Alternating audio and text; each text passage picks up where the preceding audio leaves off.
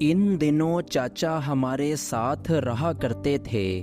جب میں 5 سال کی تھی دادی نے چچا زاد نصیر سے میرا رشتہ طے کر دیا۔ وہ مجھ سے 2 برس بڑا تھا۔ دادی ہمیشہ چچی کو تلقین کیا کرتی تھیں کہ رافیہ کو بہو بنانا، لیکن دادی کی آنکھیں بند ہوتے ہی چچی نے اپنا مزاج بدل لیا۔ دادی جان کی قبر کی مٹی ابھی گیلی تھی کہ انہوں نے صحن کے بیچوں بیچ دیوار اٹھا دی۔ یوں محبتوں کے تاج محل میں دراڑ پڑ گئی۔ پہلے ہمارا اور چچا کا مکان ایک تھا، پھر ایک کے 2 گھر ہو گئے۔ رفتہ رفتہ چچی اپنے منصوبے میں کامیاب ہوئیں۔ ہم بچوں کا ایک دوسرے کے گھروں میں آنا جانا اور دعا سلام متروک ہو گئی۔ ابو اور چچا نے بھی دوری اختیار کر لی۔ جب ضرورت ہوتی وہ باہر مل لیتے۔ میں جو نصیر کی ٹھیکرے کی مانگ تھی اس کی صورت کو ترسنے لگی۔ امی اور چچی کی چپقلش میں ہم معصوم دلوں کا بے حد نقصان ہوا۔ بچپن کے بندھن ٹوٹ گئے اور ہم گھائل پرندوں کی مانند نفرتوں کے جال میں پھڑپھڑاتے رہ گئے۔ خالہ سلیمہ مجھ سے پیار کرتی تھیں۔ وہ جیسے طاق میں تھیں، یوں کہنا چاہیے بلی کے بھاگوں جھینکا ٹوٹ گیا۔ انہوں نے فوراً جھولی پھیلا کر اپنے بیٹے کے لیے رشتہ مانگ لیا۔ ابو نے چچا کو آخری بار کہلوایا۔ چچی نے ٹکا سا جواب دیا تو خالہ جان کی مرادوں کے پھول کھل اٹھے اور میری شادی کی تاریخ خالہ کے بیٹے عاصم سے طے ہو گئی۔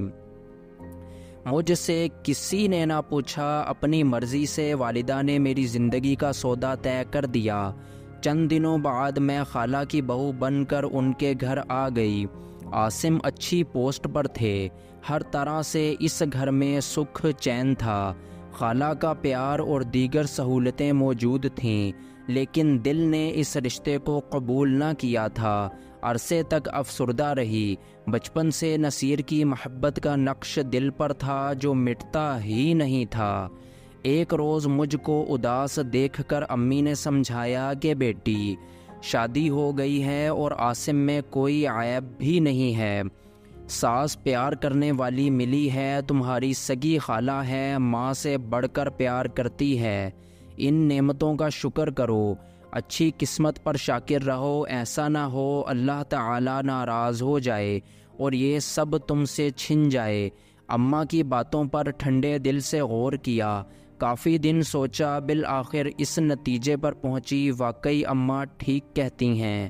چچی مجھ کو بہو بنانا نہیں چاہتی تھیں۔ اگر نصیر سے شادی ہو جاتی اور وہ میرا جینا حرام کر دیتی تب کیا ہوتا؟ نصیر سے میرا ذہنی رشتہ بچپن کا تھا، اس کو بھلا دینا آسان نہ تھا، پھر بھی صبر کر لیا۔ اس کی یاد کو دل کی اتھاہ گہرائیوں میں دفن کر دیا اور اس کی چاہت کو کاغذ کی ناؤ بنا کر ماضی کی لہروں میں بہا دیا۔ قسم کھا لی کہ سچے دل سے اپنے شوہر کی ہو کر رہوں گی۔ اللہ کی خوشنودی کی خاطر سہاگ بندھن کا احترام کروں گی اور نصیر کی یاد دل میں بسا کر خیالوں میں بھی شوہر سے خیانت نہ کروں گی۔ قدرت کو کیا منظور ہے یہ انسان کو پتہ نہیں ہوتا۔ مجھ کو خبر نہ تھی شادی کے 3 برس بعد اچانک میرا نصیر سے آمنا سامنا ہو جائے گا۔ ایک دن خبر آ گئی کہ تایا جان کا انتقال ہو گیا ہے۔ وہ بھی ہمارے ہی محلے میں رہتے تھے۔ سب عزیز رشتہ دار ان کے گھر اکٹھا ہو گئے۔ چچا ان دنوں عمرہ پر گئے ہوئے تھے۔ میت کے گھر چچی اور عاصم آ گئے۔ آپس کی رشتہ داری تھی، ایسے موقعوں پر آمنا سامنا لازم ہوتا ہے۔ 3 سال کے بعد نصیر نے مجھ کو دیکھا تو افسردہ ہو گیا۔ میں کافی دبلی اور کمزور ہو گئی تھی۔ مجھ کو دیکھ کر اس کے چہرے پر اداسی کے بادل چھا گئے۔ چھوٹے سے گھر میں لوگوں کا رش ہوا تو میرا دم گھٹنے لگا، تو چھت پر چلی گئی، معلوم نہ تھا وہ بھی وہاں ہے۔ لوگ جب عصر کے وقت تایا کا جنازہ اٹھانے آئے، دل پر عجب وحشت سی طاری ہو گئی۔ سارے گھر میں کوہرام مچا تھا، آہو بکا کی آوازوں سے میرا جی بیٹھ گیا۔ ان دنوں امید سے تھی، اس سبب بھی شاید مجھ کو اپنا دم گھٹتا ہوا محسوس ہو رہا تھا۔ سیڑھی پر جا بیٹھی۔ جب آنکھوں تلے اندھیرا سا آنے لگا تو اوپر چھت پر جانے کی سوچی۔ خیال ہوا اس طرح کچھ تازہ ہوا ملے گی تو طبیعت بحال ہو جائے گی، یہی سوچ کر اوپر گئی تھی۔ یہ گمان بھی نہ تھا کہ وہاں کوئی اور بھی موجود ہوگا۔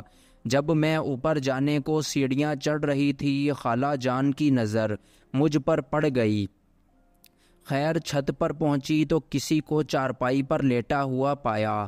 میرے قدموں کی آہٹ سے وہ اٹھ بیٹھا اور میں یہ دیکھ کر حیران رہ گئی کہ وہ نصیر تھا۔ ابھی ہم حیرت سے ایک دوسرے کو دیکھ رہے تھے، بات کرنے کی نوبت نہ آئی تھی کہ چھت پر عاصم آ گئے۔ دراصل وہ گھر جانے کے لیے خالہ سے چابی لینے آئے تھے۔ خالہ نے کہا کہ چابی رافیہ کے پرس میں ہے۔ رافیہ کہاں ہے؟ میرے شوہر نے اپنی ماں سے دریافت کیا۔ ابھی ابھی چھت پر گئی ہے۔ یہ سن کر وہ چھت پر آ گئے۔ ہم یہ دیکھ کر بت بن گئے کہ وہاں عاصم بھی موجود تھا۔ عاصم کو سامنے دیکھ کر میرے بھی اوسان خطا ہو چکے تھے۔ میں نے کوئی جرم نہ کیا تھا، پھر بھی خود کو مجرم محسوس کر رہی تھی، کیونکہ عاصم جانتے تھے کہ میری بچپن سے نسبت نصیر سے ملی تھی۔ وہ یہی سمجھے کہ میں جان بوجھ کر چھت پر اس سے ملنے آئی ہوں۔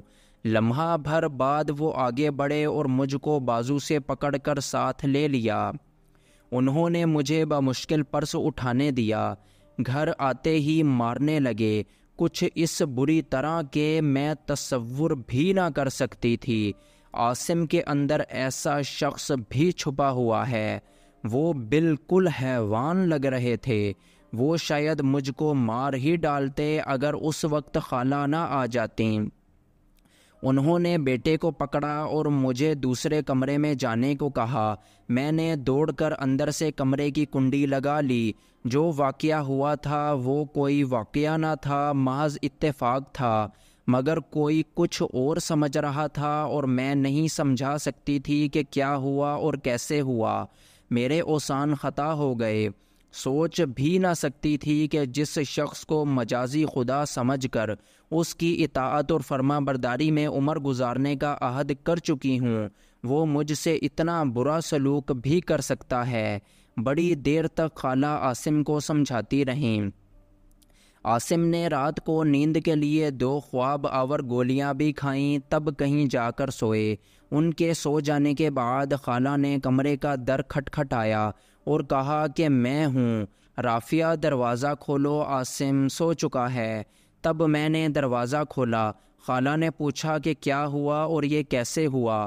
میں نے رو کر قسمیں کھائیں اور بتایا کہ خالہ میرا کوئی قصور نہیں ہے، مجھ کو وہاں بھیڑ میں گھٹن ہو رہی تھی، جی متلانے لگا تو چھت پر چلی گئی۔ مجھ کو خبر نہ تھی کہ وہاں نصیر پہلے سے موجود ہے۔ خبر ہوتی تو کیوں جاتی۔ اسی لمحے عاصم بھی وہاں آ گئے۔ انہوں نے سمجھا کہ میں نصیر سے ملنے اوپر گئی تھی۔ مجھ کو اسی لیے مارا ہے کہ تمہارا ابھی تک منگیتر سے تعلق قائم ہے؟ خالہ جی، مجھ کو اپنے پیدا کرنے والے کی قسم ہے، ایسا بالکل نہیں ہے۔ شادی کے بعد میں کبھی اس سے ملی ہی نہیں۔ یہ سراسر بہتان ہے۔ خالہ نے میرے بیان پر یقین کر لیا، مجھے گلے لگایا۔ میں زارو قطار رو رہی تھی۔ ان کو مجھ پر ترس آیا۔ اس دن یقین آ گیا کہ خالہ واقعی ماں کی جگہ ہوتی ہے۔ اگر خالہ کی جگہ چچی یا کوئی اور عورت ساس ہوتی تو میری باتوں پر یقین نہ کرتی، بلکہ بڑھا چڑھا کر زمانے کو سناتی اور مجھے طلاق دلوا دیتی۔ لیکن خالہ نے ایسا نہیں کیا، بلکہ اپنے بیٹے کو سمجھایا کہ میں نے اس کو چھت پر جانے کو کہا تھا۔ اس بیچاری کو کیا خبر تھی وہاں کوئی اور موجود ہے۔ اسے متلی ہو رہی تھی، اسی لیے اوپر بھیجا تھا کہ سانس بحال ہو جائے گا، گھٹن دور ہو جائے گی۔ خالہ نے معاملہ اپنے اوپر لے کر میرا پورا دفاع کیا۔ میری قسموں پر شاید میرے شوہر کو یقین نہ آتا، لیکن انہوں نے اپنی ماں کی قسموں پر یقین کر لیا۔ کہتے ہیں شکی مرد کے دل میں شک نہیں جاتا۔ عاصم نے بھی وقتی طور پر یقین کر لیا، جبکہ ایک خلش دل میں تھی سو وہ موجود رہی۔ اب زندگی پہلے جیسی نہ رہی تھی۔ بات بات پر وہ مجھ سے میرے منگیتر کا تانا دیا کرتے تھے۔ ان کے تانوں نے میری زندگی کو ایک دہکتا ہوا جہنم بنا دیا۔ ہر دم یہ غم تڑپانے لگا کہ ان کو میری پاک دامنی کا اعتبار نہیں ہے۔ وہ بات بات پر کہتے تھے تمہارا ماضی مشکوک ہے، لہٰذا مجھے یقین نہیں ہے تمہاری کوکھ میں پلنے والی اولاد میری ہے یا نہیں۔ میں کیسے اسے قبول کروں گا؟ کس طرح باپ کا پیار دے سکوں گا؟ جب کوئی شوہر اپنی بیوی سے ایسی باتیں کرے تو زندگی اچھی کیسے گزر سکتی ہے؟ بلا شبہ میں زندہ شک کی چتا میں جل رہی تھی۔ روز ہی اپنے نصیب پر آنسو بہاتی تھی، 8 آنسو روتی تھی اور سوچتی بھی کہ اس عذاب سے تو بہتر تھا میں طلاق لے لیتی۔ اس شخص نے ماں کے مجبور کرنے پر مجھے پناہ تو دے دی تھی، لیکن اپنی اولاد کو شک بھری نظروں سے دیکھتا تھا۔ یہ بات میرے لیے سہانے روح تھی۔ میں نے میکے جانا ترک کر دیا کیونکہ ساتھ ہی نصیر کا گھر تھا۔ عاصم شک کرتے تھے کہ میکے میں شاید نصیر سے ملنے جاتی ہوں۔ جب ایسی سوچ ان کو ستاتی تو بہانے سے جھگڑنے لگتے تھے۔ میں ایک بچی کی ماں بن چکی تھی۔ اس اہانت آمیز سلوک کو سہتے سہتے تھک گئی تھی۔ عاصم اپنی بچی کو بھی نہیں اٹھاتے تھے۔ یہ معصوم پھول بھی باپ کی شک و شبہ بھری نگاہوں کی تپش سے مرجھا کر رہ گئی تھی۔ وہ اسے اٹھانا یا ہاتھ لگانا بھی گناہ سمجھتے تھے۔ وہ چاہتے ہوئے بھی اولاد کو محبت نہ دے سکے۔ اس عذاب ناک زندگی کو 5 برس گزر گئے۔ تب ایک روز میں نے سوچا کہ ایسے جینے سے مر جانا اچھا ہے۔ مرنا تو کبھی کا ٹھہر گیا تھا، بس اپنی معصوم اولاد کی خاطر ہر جبر سہ رہی تھی کہ یہ بچی باپ کے گھر کی چھت تلے بڑی ہو جائے، باپ کے سائے میں پرورش پائے گی تو زمانے کی دست و برد سے بچ جائے گی۔ ایک عورت کب تک شوہر کی بدسلوکی کے قاتل وار سہ سکتی ہے؟ آخر کار تو ظلم کی ایک حد ہوتی ہے۔ ایک روز جب کہ ایک عزیزہ کی شادی میں جانا تھا، میں نے عاصم سے کہا بچی کے لیے ایک جوڑا نئے کپڑوں کا خریدنا چاہتی ہوں، اس کو شادی میں لے جاؤں گی۔ یہ سن کر وہ یک دم غصے سے آگ بگولا ہو گئے۔ خدا جانے کس سوچ میں تپ رہے تھے، چلا کر بولے میں کیوں لے کر دوں؟ میری بیٹی تو نہیں ہے، جس کی ہے وہی لے کر دے۔ میں تو آستین میں سانپ پال رہا ہوں۔ آج میری غیرت بھی تڑپ گئی۔ اف میرے خدا، میں کب تک ایسی بے غیرتی کا جیون جیتی رہوں گی؟ آخر کب تک ایسی تلخی کلامی برداشت کرتی رہوں گی؟ مجھ کو اس کم ظرف آدمی سے چھٹکارا پانا ہوگا۔ اس روز جانے مجھ میں کہاں سے ہمت اور طاقت عود کر آئی تھی۔ اسی وقت فون کر کے بھائی کو بلا لیا اور یہ الفاظ ان کے سامنے دہرائے جو عاصم نے کہے تھے۔ میں نے بھائی کو کہا اگر تم لوگوں کے پاس میرے اور میری بیٹی کے لیے رہنے کی جگہ اور 2 وقت کی روٹی نہیں ہے تو بے شک میں سڑک پر رہ کر بھیک مانگ لوں گی، لیکن اب میں اس شخص کے ساتھ نہیں رہوں گی۔ خدا کے لیے مجھ کو یہاں سے لے چلو، اب میں نے مزید ایک پل یہاں نہیں رہنا۔ بھائی نے جانے کیسے میرے حق میں فیصلہ کر لیا، کہا کہ چلو میرے ساتھ، خاندان کے بزرگ خود فیصلہ کر لیں گے۔ اب تم اس قدر ذلت میں زندگی نہیں گزارو گی، اور ہم مر نہیں گئے ہیں، ابھی تمہارے وارث زندہ ہیں۔ خالہ روکتی رہ گئیں۔ بھائی مجھے اور میری بیٹی لیلا کو ساتھ لے آئے۔ ابو امی نے ٹھنڈے دل سے تمام احوال سنا اور پھر خالہ خالو کو بلوا بھیجا، ان سے حتمی بات کی۔ انہوں نے بیٹے کی طرف سے معافی مانگی، لیکن میں نے خالہ اور خالو کے ہمراہ گھر لوٹ جانے سے انکار کر دیا۔ کچھ دنوں کے بعد وہ عاصم کو ساتھ لے کر آئے۔ اس نے امی ابو سے معافی مانگی، یقین دہانی کرائی کہ اب میں رافیہ کو تنگ نہ کروں گا اور اچھا رکھوں گا۔ امی ابو نے پوچھا، رافعہ تم کیا کہتی ہو، تمہاری کیا مرضی ہے؟ میں نے صاف منع کر دیا، کہا اگر آپ نے مجھے گھر میں نہیں رکھنا تو میں دارالامان مع بچی چلی جاتی ہوں، لیکن واپس عاصم کے گھر نہ جاؤں گی۔ والدین نے سمجھایا، رشتہ داروں نے بھی زور لگایا، لیکن میں نہ مانی، کیونکہ میں عاصم کی فطرت کو اچھی طرح سمجھ چکی تھی۔ انسان جان بوجھ کر دہکتی آگ میں نہیں کودتا۔ میں بھی نہ گئی، کیونکہ جانتی تھی جاؤں گی تو پھر وہی ہوگا۔ شک کا ناگ عاصم کے اندر گھر کر گیا تھا، جب موقع پائے گا ڈسے گا۔ ابو نے دیکھا کہ واقعی رافعہ نہیں چاہتی، زبردستی کی تو جان سے جائے گی۔ انہوں نے عاصم پر دباؤ ڈالا کہ ہماری بیٹی کو طلاق دے دو، وہ تمہارے ساتھ رہنا نہیں چاہتی۔ ساس کی دلی خواہش تھی کہ میں واپس آ جاؤں، وہ اپنی پوتی سے بھی بہت پیار کرتی تھیں۔ مجھے سسرال جانے سے ہی خوف آتا تھا۔ چند دن خاموشی رہی، پھر عاصم نے ایک عورت سے مراسم استوار کر لیے۔ ماں سے کہا کہ تنہا زندگی کب تک گزاروں، میں شادی کے بغیر نہیں رہ سکتا، دوسری بیوی کا انتخاب کر لیا، آپ راضی ہو جائیں ورنہ میں خود نکاح کر لوں گا۔ اب خالہ سٹ پٹائیں۔ بیٹا ہاتھ سے جا رہا تھا اور بہو واپس آنے کو راضی نہ تھی۔ امی سے بات کی، انہوں نے صاف کہہ دیا جو شخص اپنی اولاد کو اولاد تسلیم کرنے پر تیار نہیں ہے، مشکوک نگاہوں سے دیکھتا ہے، اس کے ساتھ رافعہ زندگی کیسے گزار سکتی ہے؟ مایوس ہو کر خالہ نے بیٹے کا دامن تھام لیا۔ عاصم نے اپنی مرضی کی عورت سے نکاح کر لیا۔ ابو نے عدالت سے میرے خلا کا دعویٰ دائر کر دیا۔ خلا کے بعد میں آزاد تھی، لیکن اپنی بچی کی خاطر دوسری شادی نہ کرنا چاہتی تھی۔ ایک روز چاچا اور چاچی آئے، وہ امی ابو کو منانے آئے تھے، کیونکہ نصیر نے میرے سوا کسی سے شادی سے انکار کر دیا تھا۔ اس نے والدین سے کہا کہ عمر بھر شادی نہ کروں گا، اگر میری خوشی منظور ہے تو تایا سے رافعہ کا رشتہ طلب کیجیے، اب وہ آزاد ہے۔ چاچا اور چاچی نے بہت زیادہ منت سماجت کی تو امی ابو راضی ہو گئے۔ انہوں نے مجھے بھی سمجھا بجھا کر منا لیا، یوں میری شادی نصیر سے ہو گئی۔